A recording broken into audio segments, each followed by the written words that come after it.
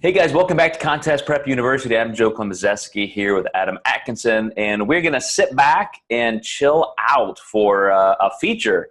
So Adam and I often will interview other people. Sometimes when we get together on location, we'll hit the play button and just go for longer periods of time and get a deeper dive on a topic. And we just recently had a listener ask if we could cover some material about off-season nutrition. How do you plan your contest prep from that off-season vantage point? And Adam, I've always thought that's the best way to do it. I mean, hands down, there's nothing better than to get a client who is just coming off of a prep and they said, okay, look, I'm entering the off-season. I want to start working with you now for that next season. So first of all, thank you to that listener.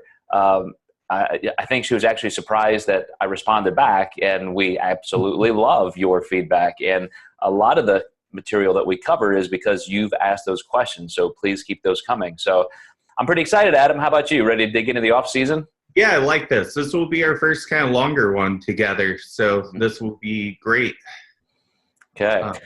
Well, I created a little bit of an outline because I know there are a lot of things to cover. And so if anybody at home is taking notes, definitely hit some of these high points as far as how to organize the material. The first thing I want to talk about that I think is important, Adam, is to plan the length of your off season. If none of the other variables are going to make a lot of sense unless you know exactly how long your off season is going to be. And I had a client that we ran into this as a first point. Just a couple weeks ago, where she said, well, I don't know, I may want to compete in February, but maybe not until April, definitely toward the end of the year, but I'm not sure. And I had to say, okay, well, time out. We can't even take the first step until we know exactly that time schedule, because how much weight, if any, that we plan to gain, how we strategize the entire trajectory of the off season is very dependent on that.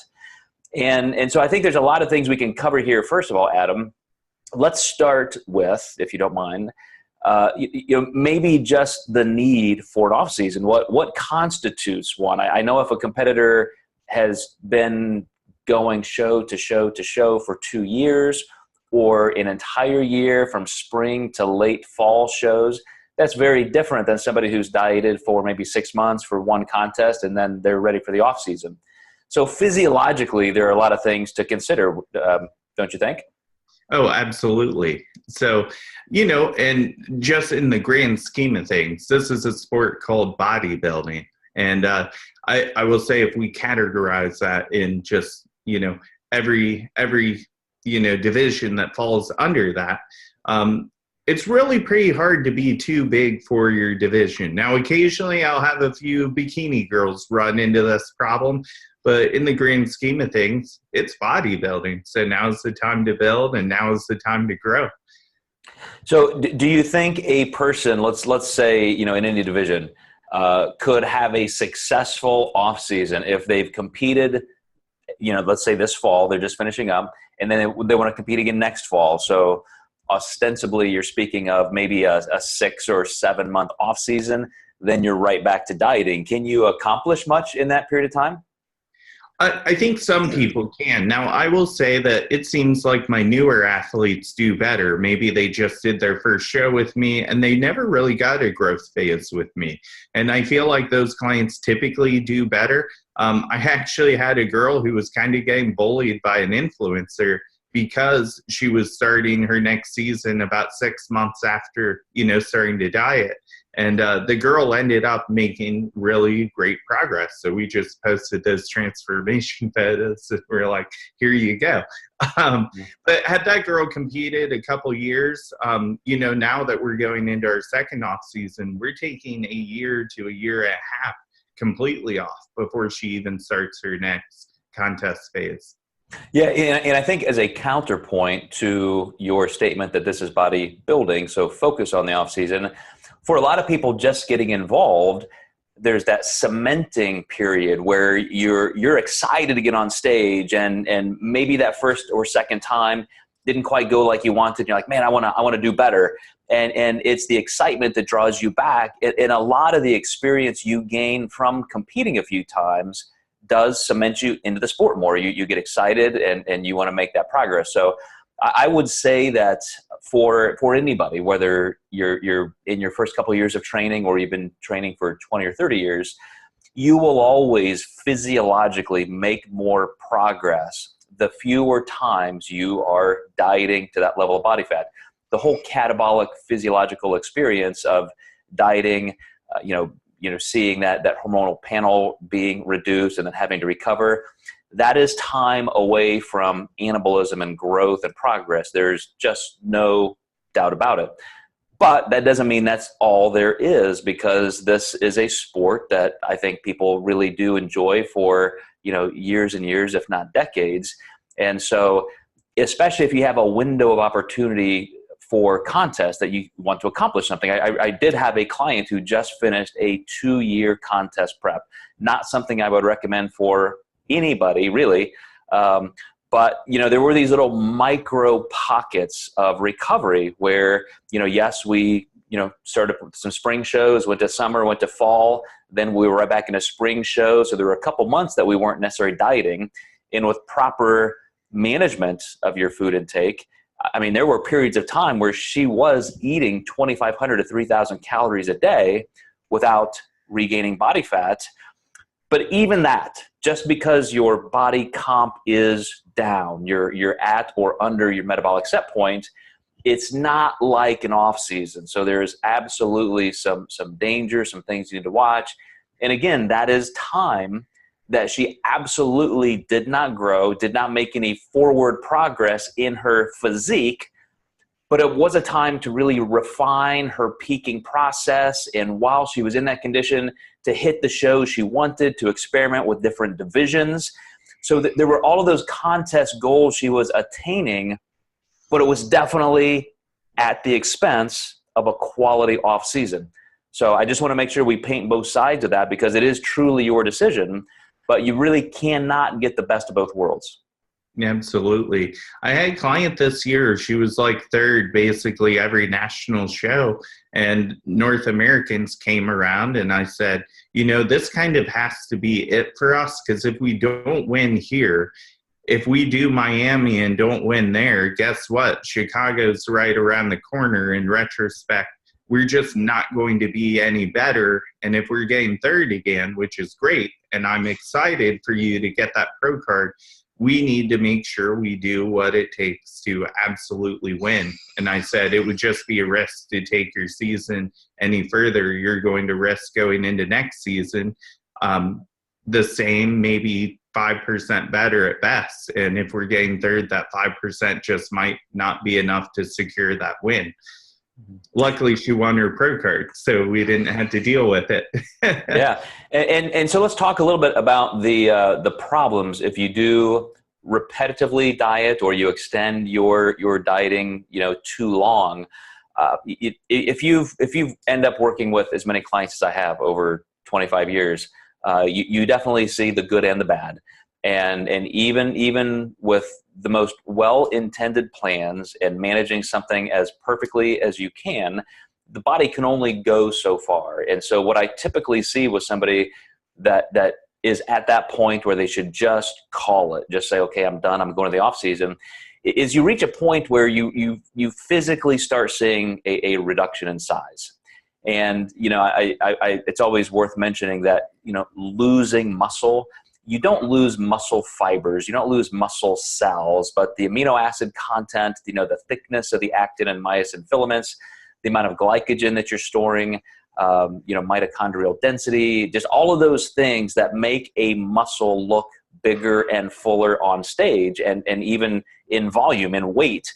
That does have an attritional level over time. Once you are in that calorie deficit for a certain amount of time and your body composition, body fat levels are reduced, it is very difficult to maintain that lean body mass. You are in a catabolic phase over time. And so what you'll see with somebody who maybe gets into their 11th, 12th, 13th month of dieting and contest prep is no matter what you do, even with increased calories, calorie modulation, diet breaks, they just don't regain that physical size. Even compared to previous contest diets, appearances a year ago, 2 years ago, you just see they are not getting all the way filled back up. And if you try, then all of a sudden there's a little bit of extra softness and body fat gaining, and you're actually pushing them toward that off-season recovery. But then, of course, if there's another contest on the calendar for you, then you're going to have to start re-losing that, pulling them back down. And so you just never get that best look again. And that's where you just have to say, look, it's time. We got to go in an off season. And a lot of times people, Adam, I'm sure you can comment on this, they know it, they feel it, energy level, probably if they had a hormonal panel drawn, they could see testosterone levels are dropping and, thyroid stimulating hormone is being affected. And it's just physically time to pull the plug. Yeah, absolutely. You might even see that cortisol levels are higher, so they're just going to have more of a spilling of glucose versus uptake into the muscle tissue. And then, I'm glad you mentioned hormone panel, because I was like, I'm not sure if we'll dig that deep, but let's do it. We can see estrogen and progesterone, tank too, which are precursors of testosterone. To a degree. So you have to be careful. And with that being said, I don't want to say that there's any damage with this. All of this, it resynthesizes once you get in an off season. But when it's tanked for so long, that's why it's affecting how you look. So I don't want anyone to think there's damage. Those hormones are just suppressed because your body is worried about surviving versus how it looks on stage. Yeah, and I'm glad there's a lot of new research coming out. A lot of people are taking it upon themselves to do self-case studies. So a lot of people are getting those blood panels done, and they're saying, here was my testosterone or estrogen, in the off season, and now here it is. And even though those tests are not always inexpensive, it can be a nice wake-up call. And, again, and I'm also not trying to scare people into thinking they can't diet for an entire year. They can't get ready for a spring show and carry that over to a summer or fall. Again, it really depends on your individual dieting, what it took you to get there. Body type has a lot to do with this. If you're an ectomorph and you can get lean and churn through those calories, even though a lot of things are very relative, you have the advantage of being able to spring back up into a higher level of food intake without gaining body fat, where in endomorph, they're just in a straight grind the whole time. And so those are the kind of people that are like, this is not worth it. You are killing yourself. And it would literally be evident in some of those blood panels. And if you do drive your testosterone or estrogen levels that far down, cortisone levels up, there can be some repercussions. You rightly said, it's not often damage, but you can get into some endocrine disorders because you have put yourself into that survival mode, that starvation mode for a long period of time. There's a literal science in metabolic physiology, about starvation and what happens to the body going through that. And even though it's a controlled way, hopefully, in this sport, you are in that calorie deficit down to a body comp low enough that you can trigger those things. And some people don't recover. That's why you have to be careful. Mm-hmm. And one thing I do want to say is some people are just going to be more resilient than others. I see it all the time where girls are with teens that just give an 800 calorie diet right out the gates, and then that's all they do the whole entire season. There's no increases. They get their peak week and it's the same one they had the last 12 times they competed, and it says, hashtag us if you win. And, we'll see you next week or next month or however often their coach emails, which usually seems to be bi-monthly. Yeah.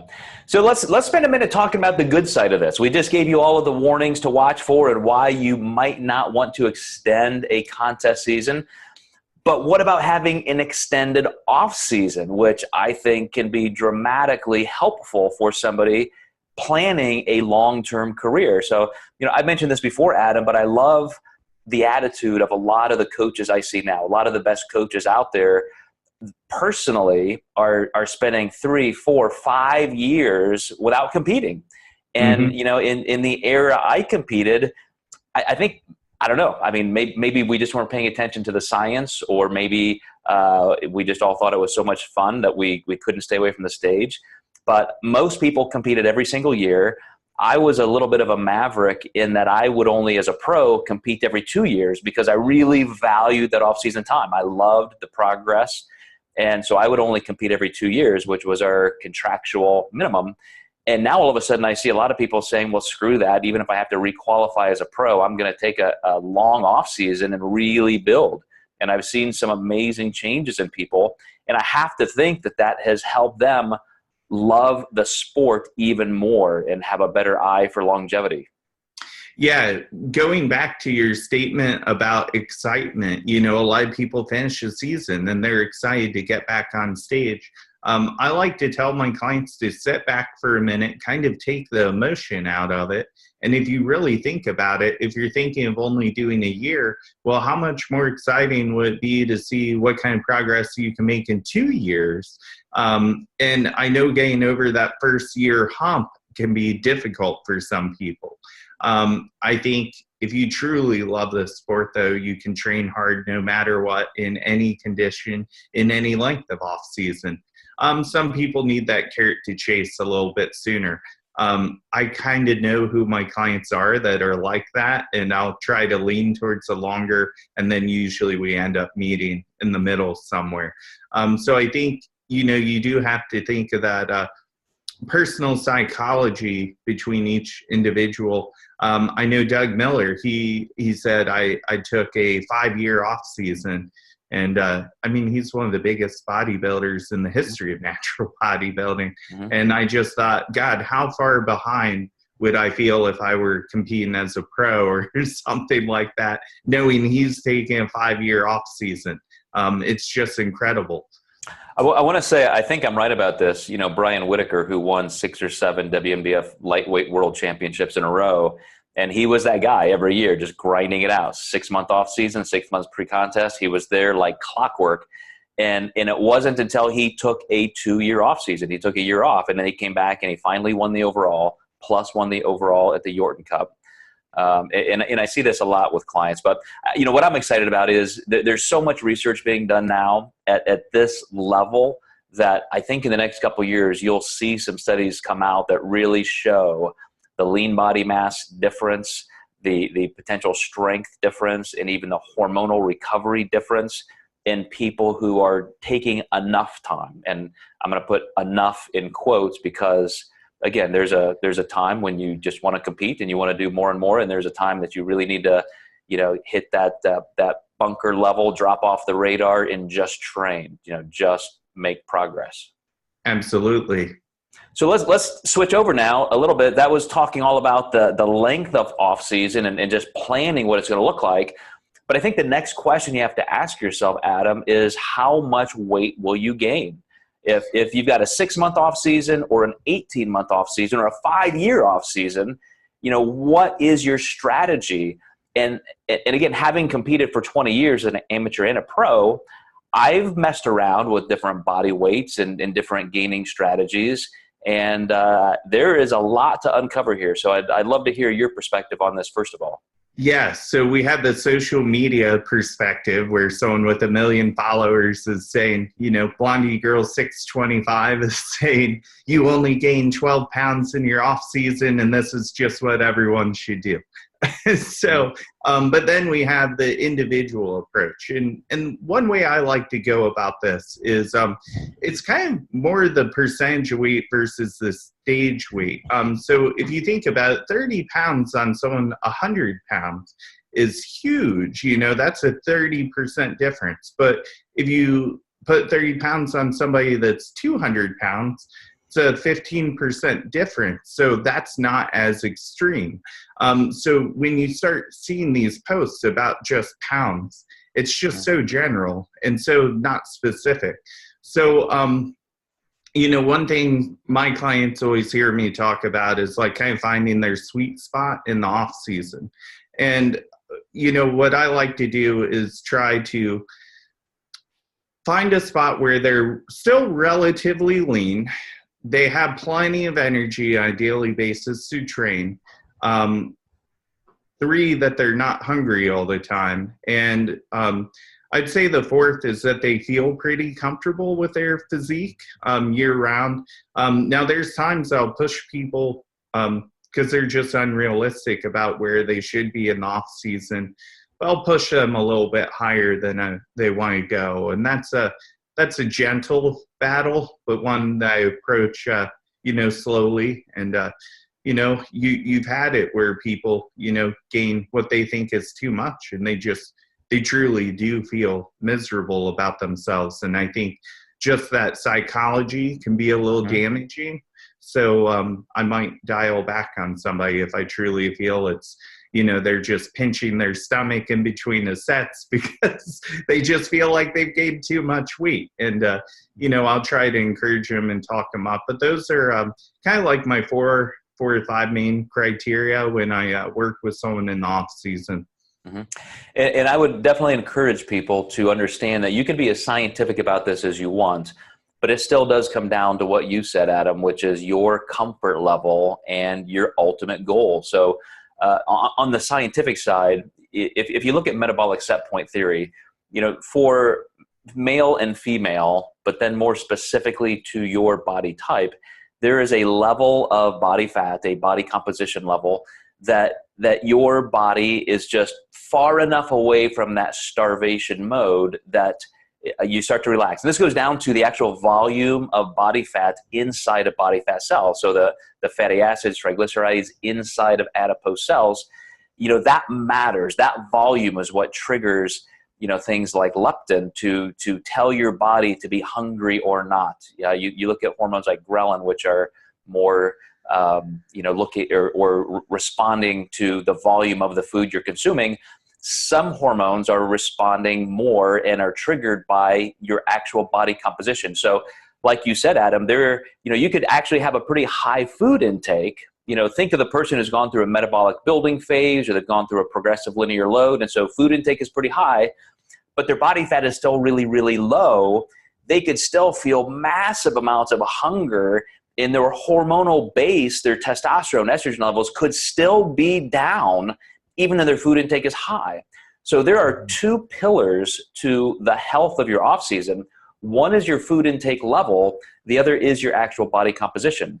So you have to consider that only when you get up to, for men, it's usually right around that 10% level. You're at 7, 8, 9%. That's about the doorway that you go through, and then you're not coming back. Now all of a sudden hormones are being suppressed and life is not fun. Up until that point, you don't have to do cardio. You're dieting on a pretty good amount of food, and then it becomes a grind. On the way back up through that upper single digit level, that's where you're still fighting hunger, and you're not going to really be totally satisfied until you get around 9 or 10%. For women, it's typically, it could be anywhere from 12 to 15%. I know a lot of women who get into single digits. I've seen people like Dr. Corey Probst get down to a legit 6% body fat as a female with striated glutes. So for them to get back above 12, 13, 14% is what it's going to take for them to possibly even, go back to having normal menstruation. I have a friend who had just emailed me, years after having dieted to an ultra low level, and she's even having to undergo fertility treatment because she likes to stay lean. And so she's almost perpetually in that over dieted state. And that's what we talked about a few minutes ago, that this can trigger some endocrine issues. And so there's this debate right now, Adam, that I know you're aware of. Since it is a little bit dangerous to be down at that lower level body fat, some coaches in the sport right now are indicating that it's better just to very rapidly, get somebody's body fat back up. Let's hurry up and gain 10 or 15 pounds. And then, that's where the off season begins. I know I fall on the side of, let's do that incrementally. We'll get there. Let's take 4 to 6, maybe 8 weeks. You don't want all that body fat associated. We're still going to get there, but this will be a healthier, better way. But I just wanted to throw all that out there, Adam, to show that the actual body composition is one of the 2 biggest variables in where you're going to call your off season at least a minimum weight level. Yeah, and one thing I want to add to that is like the insulin sensitivity can be a big part of that too, making sure that you're getting, your nutrients into the muscle tissue. It's not just finding the fat cell. And that's very much body composition, related. So that can be a big difference as well. Of course, genetics rule all. So that's definitely key to know. Yeah, so just a little quick sub point. I'm going to stop you there. We all know ectomorphs who gain 30, I'm thinking of like a male bodybuilder who gained 30 or 40 pounds and they still have abs. Like they're just like, there's no love handle going on there. It's just like, they just look bigger. And then you get an endomorph who gains 2 pounds and they've got flab hanging off of their midsection. And so again, that also makes a big difference, Adam. That's a perfect point. Yeah, that's definitely a huge one. So I was trying to think what we were going to talk about next. Well, let's get into, let's extend this just a little bit in terms of what a proper off-season weight would be. So let's say that you've got your body composition at least above that metabolic set point or above. Is there an advantage to going farther? Let's say for me, Adam, I need 15 to 20 pounds to get out of those single digits, get right around 9–10%. And then I feel like, okay, now I'm stronger, I'm recovered. But would it be an advantage for me to gain another 15 or 20 pounds? I would say if you're an ectomorph, it could be a good idea because we know you're not going to have that hard of a time getting lean.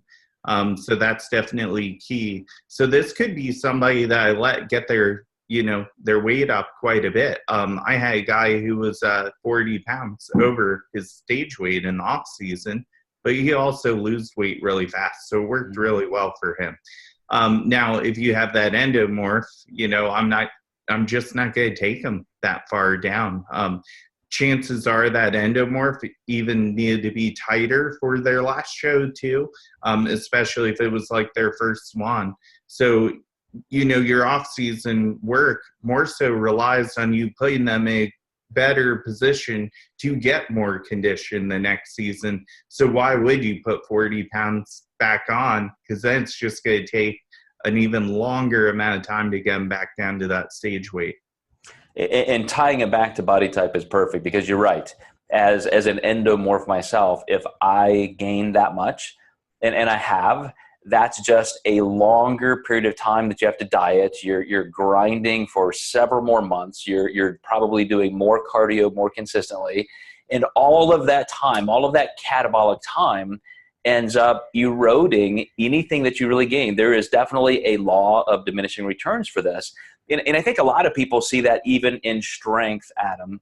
When I look at my best squat, deadlift, bench, push press, all of my personal records, regardless how much weight I gain, there's always kind of a sweet spot in the middle where I just function the best. So I have been as high as 200 pounds, and yet all of my PRs happen in the 170 to 180 range, which is about right in between stage weight and my heaviest I've ever been. But I will say that the couple of times that I've let myself get that heavy, they were for extended off seasons. It wasn't just for a year or 6 months. It was a full 2-year off season, and that weight gain was scheduled and planned and very methodically gained so that I was matching my training stimulus with the nutrition. And then I had a longer period of time to lose it slowly in phases. And I would say, I don't know how often, there's no scientific data, I think, to support this, but every once in a while, I think you really do need to put your body through that longer, more aggressive weight gain phase. And it doesn't have to be dramatic. You don't have to gain 50 pounds or 75 pounds, but your body needs to feel that heavy resistance over time. And I think that does indicate a need for a little bit of extra weight gain. Mm-hmm.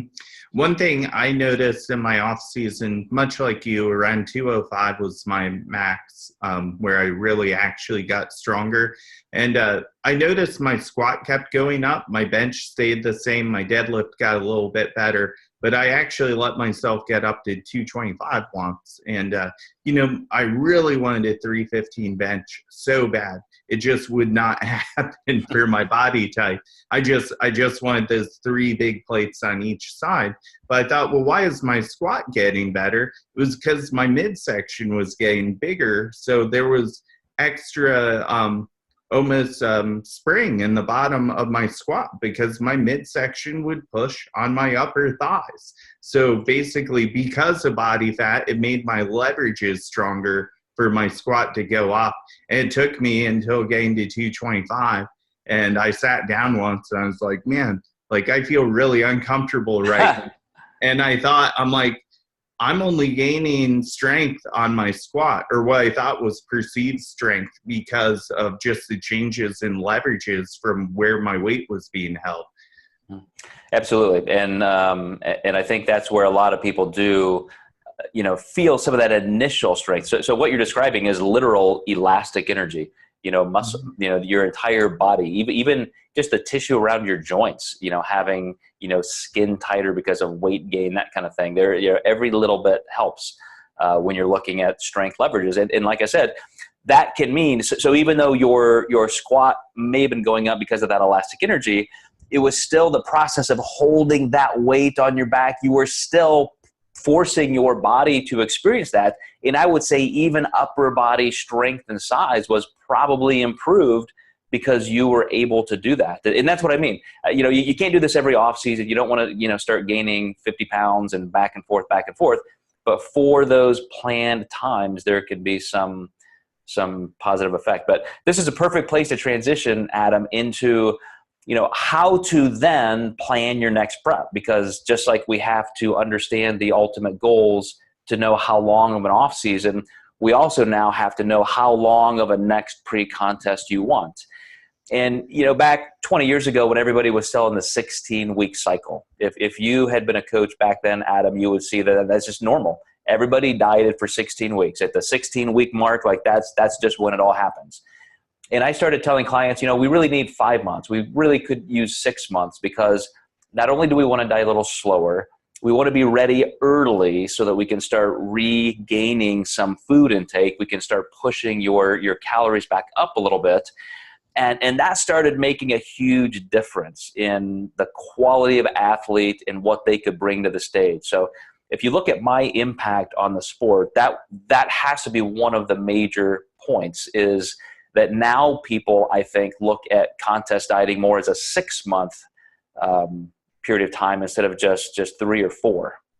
Absolutely. That's actually the second keynote of me finding you. I posed next to Dr. Robin Berner back in the day, and I thought, this girl is 10 weeks out and she's leaner than I have ever personally been. Who is this guy?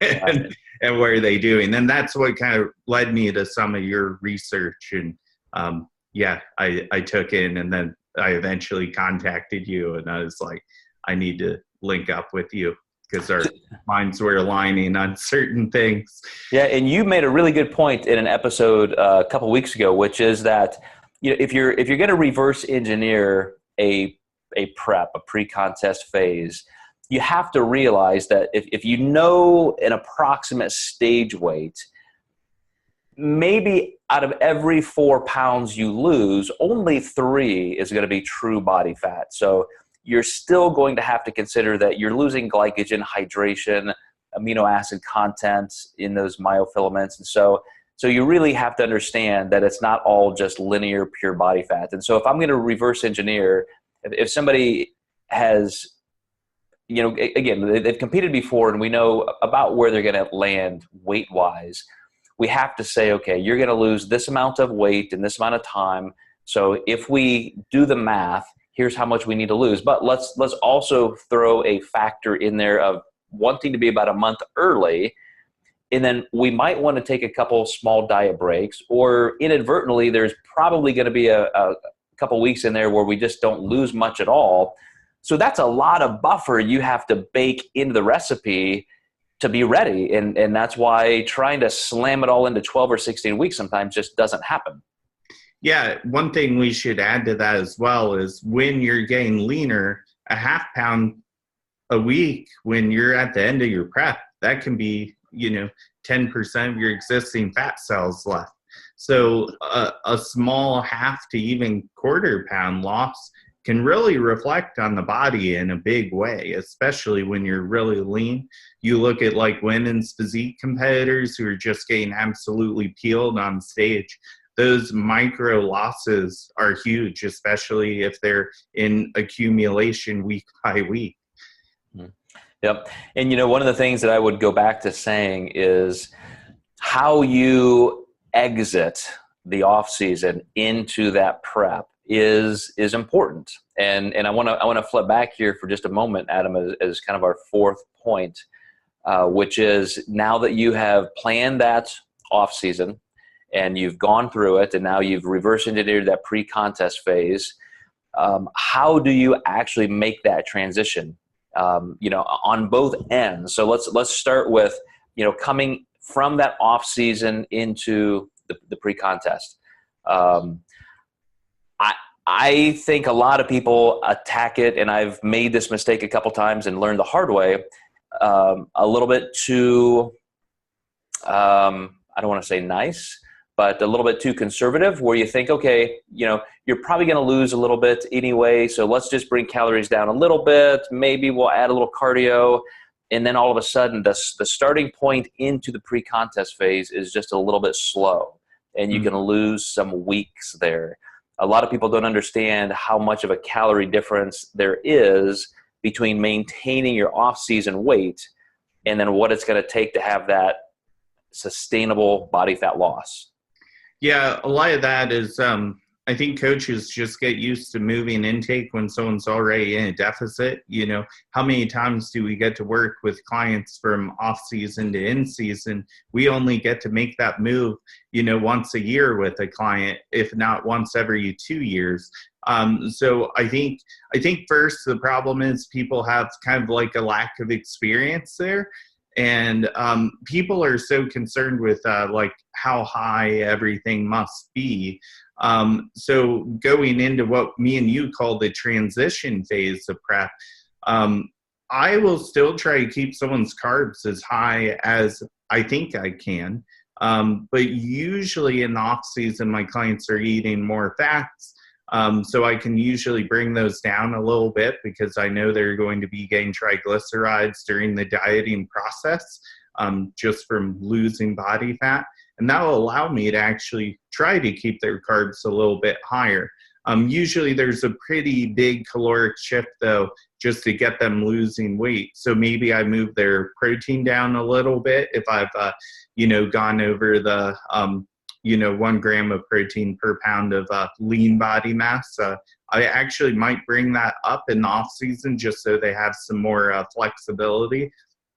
But I can even bring protein down to create more of a caloric deficit. So there's just a lot of things I can shift.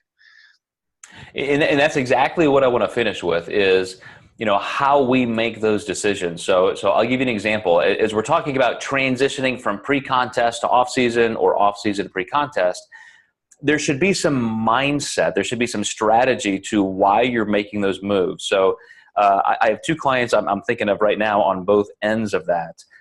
Somebody who is just starting an off-season diet, and I said, hey, let's move your protein down a little bit. But this client is so used to a certain amount of protein. And I said, look, we're moving your fat up, we're moving carbs up, calories are coming up, and we will get to a point, well, first of all of that, all those extra calories are very protein sparing, so you just don't need it. And we also want to save room for when we feel like we need a little surge, maybe we don't want to add more carbs or fat. Now we have the room to take a couple weeks of higher protein just to experiment, maybe in the real deep heart of an off season. Maybe you're about ready to hit some PRs on squat and deadlift, and we can add an extra 25 or 50 grams of protein for a short period of time. We don't need it, but maybe that would be helpful. And then also when you start dieting, maybe 6 months, 8 months, 12 months later, that's one of the things we're going to want to move anyway. So let's not start inflating the protein level when you just don't need it. Let's keep that in our pocket to use strategically. But I will say on the other end, Adam, I have a client who is approaching the deepest part of his off season. And so we do have protein down a little bit, as I mentioned. I mean, it's still probably 200, 225 grams, but his carbs are at 500 and his fat is at 80. And he's told me, like, we can go a little higher, but I'm getting pretty uncomfortable with this amount of food. And so a couple things, first of all, I had to say, well, look, don't try and get 500 grams of carbs all from complex sources. We can use some simple carbs, maybe even some liquid carbs.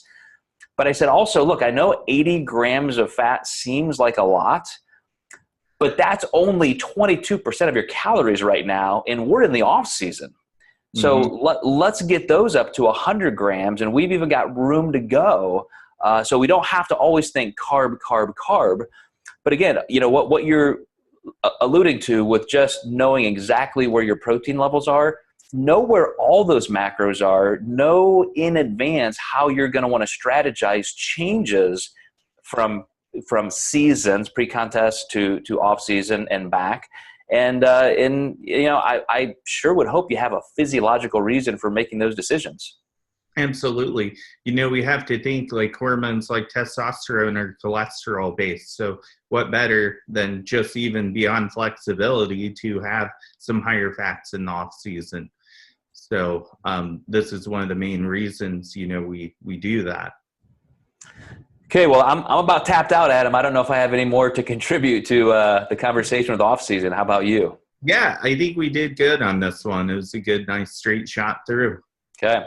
Well, guys, as always, Adam and I love your feedback. We love to answer some questions and especially giving us the direction you want to go with what we can teach. So even though we like to keep our normal podcast very short, topical, and to the point, we will definitely branch out once in a while and take a deeper dive into some of these issues. So let us know what you guys want to hear, and we'll go from there. So, Adam, thank you so much for your contribution.